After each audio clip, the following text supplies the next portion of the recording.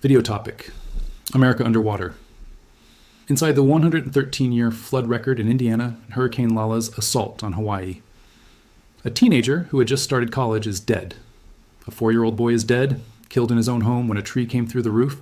A 90-year-old woman is dead, her body pulled from floodwater days after she was reported missing. And right now, as you watch this, more than 100,000 homes across an entire American state are sitting in total darkness with no idea when the lights come back on. This is not one disaster. It is two, unfolding 4,000 miles apart from each other at the exact same time, in the middle of August 2026. One tore through the heartland of Indiana and broke a flood record that had survived for 113 years. The other slammed into Hawaii as a hurricane that never technically made landfall and still managed to sweep occupied homes clean off their foundations. If you only caught a headline about one of these, you're missing half of what actually happened this week, and the half you're missing might be the more frightening one. So stay with me, because by the end of this, you will understand exactly what happened in both places, why each was so much worse than it sounded on the surface, and why the people responsible for keeping Americans safe are, as of today, still not finished responding. Let's start in the Midwest, because this is the story that broke first. On August 11th, 2026, a line of severe storms began rolling across the state of Indiana. What followed over the next several days was not an ordinary flood. It was a record-obliterating event that quietly rewrote what anyone thought was physically possible for an Indiana summer. The National Weather Service confirmed that parts of the state picked up more than 11 inches of rain in roughly a 2-day stretch, with the single highest reported total coming in near Newcastle in Henry County, a rainfall rate meteorologists later classified as a 1 in 1,000 year event. Numbers like that sound abstract until you understand what actually happens when that much rain lands on ground that has nowhere left to put it. Indiana had already been soaked by repeated rounds of heavy storms in the days before August 11th.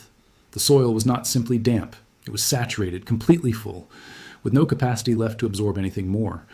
And that is the single most important idea for understanding everything that followed. When soil is already saturated, the percentage of new rainfall that actually soaks in collapses toward zero, and the percentage that runs straight off into the nearest river climbs toward 100%. So when those 11 plus inches fell between August 11th and August 13th, they did not spread out gently across the landscape the way rain normally does. The White River took the brunt of it, and flooding concentrated hardest along the stretch running from Hamilton County down through the northern suburbs of Indianapolis. Drone footage captured by NBC News showed entire streets in the Ravenswood neighborhood completely swallowed by water, cars submerged up to their rooflines, floodwater rising to front doors while residents paddled through their own neighborhood in kayaks and rowboats just to get around. That is not a flood in the way most people picture one. That is an inland sea that appeared inside a major American city almost overnight.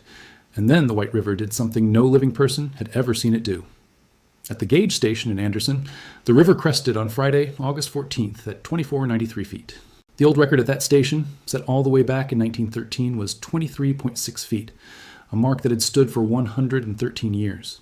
It survived 2 world wars, the Great Depression, the construction of the interstate highway system, and every single flood that came through Indiana in between. None of them touched it until this past Friday, when the river beat that century-old mark by more than a foot. It was not an isolated event. 15 miles upstream at Noblesville, the river also broke its own 1913 record, crossing 24 feet before dawn on Saturday, and eventually settling near 24.6 feet against an old mark of 23.8. Here is the detail that turns this from a big headline number into something genuinely extraordinary. The flood that set that 1913 record was not a summer event. It was a spring flood driven by melting snow combined with heavy rain. In late March of that year, a massive storm system dumped 6 to 11 inches of rain across Indiana, Ohio, and parts of Pennsylvania and Kentucky, landing on top of a snowpack that was already melting into ground still partially frozen. That is about as brutal a hydrological setup as you can build. Frozen, saturated ground, melting snow with nowhere to go, and a wall of rain stacked on top of it. That flood killed somewhere between 100 and 200 people in Indiana alone, left more than 250,000 people across the Midwest homeless, and became the second deadliest flood in United States history. For over a century, it was the yardstick, the number every future flood in Indiana was measured against. The flood of August 2026 beat that record with rainfall alone. No snowpack, no frozen ground, no spring melt already sitting in the river before the storms even arrived. Every possible advantage a summer river has over a frozen spring river, and a stalled band of ordinary thunderstorms still walked straight past a mark that took the worst flood in state history to set. That should genuinely unsettle you, because it means every flood map, Every insurance rate calculation, every levee height, every bridge clearance built around an understanding of Indiana's worst-case scenario was built around a number from 1913. On Friday, that number stopped being the ceiling. What caused it is not exotic. It comes down to a stall, a frontal boundary set up across the Midwest, and instead of moving through the way weather systems normally do, it simply stopped, pinned in place as hot, humid air pushing north from the Gulf ran into cooler air holding steady to the north. At the same time, a dome of high pressure over the Gulf worked like a conveyor belt, pumping warm, moisture-loaded air directly into that stalled boundary. Every disturbance riding the jet stream fired off a fresh round of thunderstorms along that same line, and because those cells tracked in the same direction as the boundary itself, they crossed the same counties over and over again. Meteorologists call this training, and the image is exactly what it sounds like.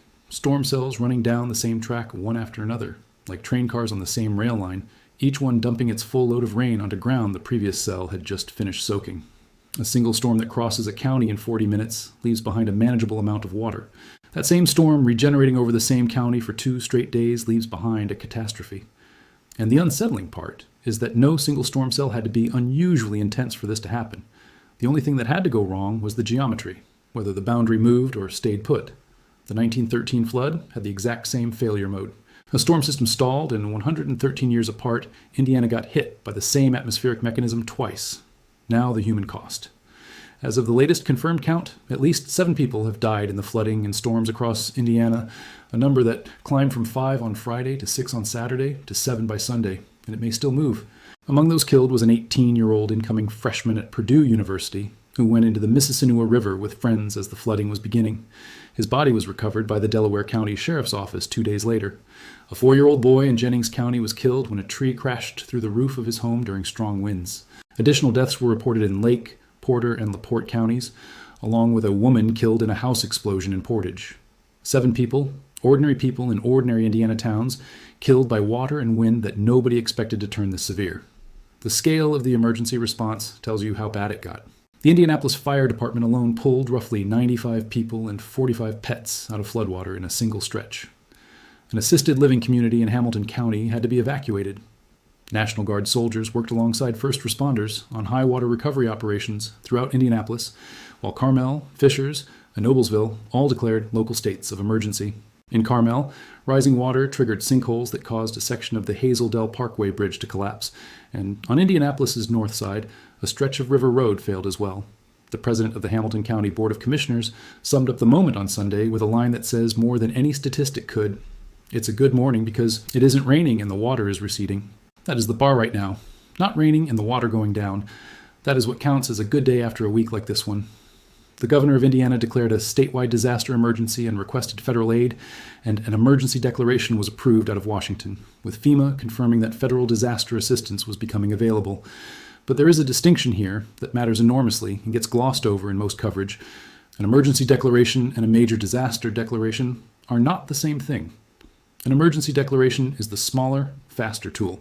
It frees up roughly $5 million in federal resources, and it is built for immediate response, moving people, moving equipment, keeping operations running while the water is still up. $5 million is a response budget. It is not a recovery budget, and it is definitely not a rebuilding budget for a river corridor that just set a 113-year crest record running straight through the second largest metro area in the state.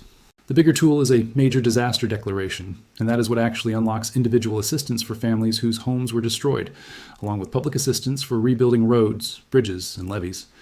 Getting there requires joint preliminary damage assessments across every affected county, and as of the most recent updates, those assessments were still being completed.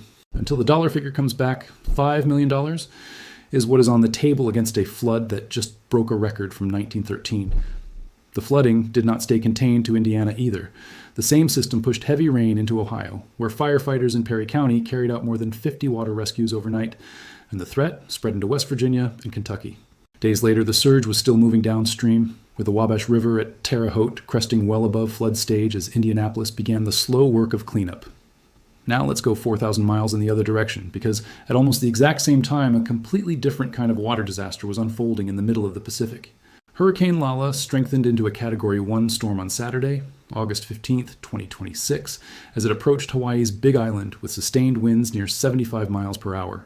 Forecasters had warned in advance that a direct hit would have marked Hawaii's first hurricane landfall in more than 30 years. Technically, that did not happen. Lala's eye passed just south of the Big Island, brushing the coastline from roughly 30 miles offshore without ever officially crossing it. There is no landfall point on the record.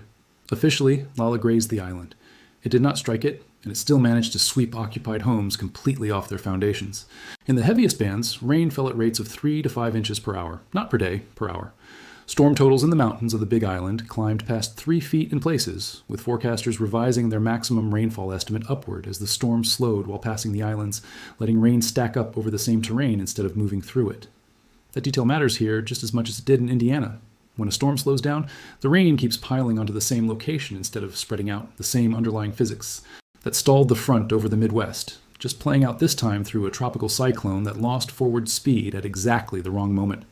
Hawaii County's mayor said publicly that several occupied homes may have been swept clean off their foundations in the Nalihu and Waiohinu areas, describing what he called a river of water tearing through the region.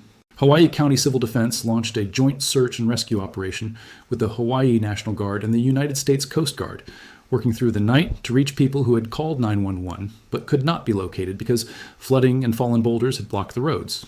Picture that for a second. Rescue teams navigating rushing water and debris in the dark, trying to reach people who called for help and then went silent because the cell towers had already gone down. At least 2 people are confirmed dead in Hawaii tied to the storm, including a 90-year-old woman whose body was recovered from floodwater in a Big Island neighborhood after she was reported missing, along with a person killed in a storm-related vehicle crash. Over 100 homes were damaged or destroyed on Hawaii Island alone, and multiple bridges in the southern part of the island were destroyed or nearly destroyed. Hawaii's governor described what he saw in parts of the south as utter devastation. A section of highway near Pahala collapsed overnight, cutting off access to an area that is home to one of the region's only hospitals, leaving what used to be a road looking, in his words, like a brand new waterfall. Hawaiian Airlines canceled dozens of flights outright, and roughly 190 flights across the state were either canceled or delayed in a single day. Every state office, county office, school, and courthouse in the affected areas was closed for days afterward. And then there is the power situation, which is really where the full weight of Hawaii's geography becomes impossible to ignore. Outages peaked at roughly 197,000 customers across the state, and even days later, more than 100,000 remained in the dark, concentrated heavily in the Puna, Kona, and Kohala districts of the Big Island. The utility warned that some of these outages could last weeks, and in the hardest-hit rural pockets, months, not days, months. Here is why that word is not an exaggeration. Hawaii's islands are not connected to each other on a shared power grid, and they are definitely not connected to any mainland network. When a storm knocks out transmission lines on the continental United States, utilities call for mutual aid, and convoys of repair trucks roll in overnight from neighboring states. That is the system that gets most continental outages fixed within days. That system simply does not exist for Hawaii. There is no road from the mainland to the islands. Every repair crew, every replacement utility pole, every transformer, every spool of transmission cable is either already sitting on that island or it has to get there by ship or by plane. Hawaiian Electric requested help through the 62-member Western Region Mutual Assistance Group, and roughly 100 crew members from mainland utilities, including Southern California Edison, were flown in to begin work days later. Multiple independent power producers on the Big Island, including a geothermal plant, were knocked offline entirely because of storm damage, and a more than 40-mile stretch of transmission line along the Hamakua coast needed a full structural assessment after falling trees took down multiple poles. That is not a scattered outage here and there. That is a backbone failure, and on an island, a backbone failure does not get solved by borrowing trucks from a utility 2 states over. The knock-on effects of an extended outage on an island compound fast. Losing power takes down water systems that rely on electric pumps, forcing some communities onto essential needs-only notices, limiting water use to drinking, cooking, and basic hygiene. It takes down refrigeration for food and medication, including insulin and other drugs that cannot tolerate heat. It takes down the cell towers people rely on to call for help, the same towers emergency managers need to find them. Generators can cover some of that gap for a while, and then they run out of fuel, and fuel has to arrive by ship too. Families on the Big Island describe driving miles outside their own neighborhoods just to find ice, groceries, and a single bar of cell signal to let relatives elsewhere know they were still alive. That vulnerability is not unique to Hawaii in kind, but it is unique here in degree because in Hawaii there genuinely is no road out.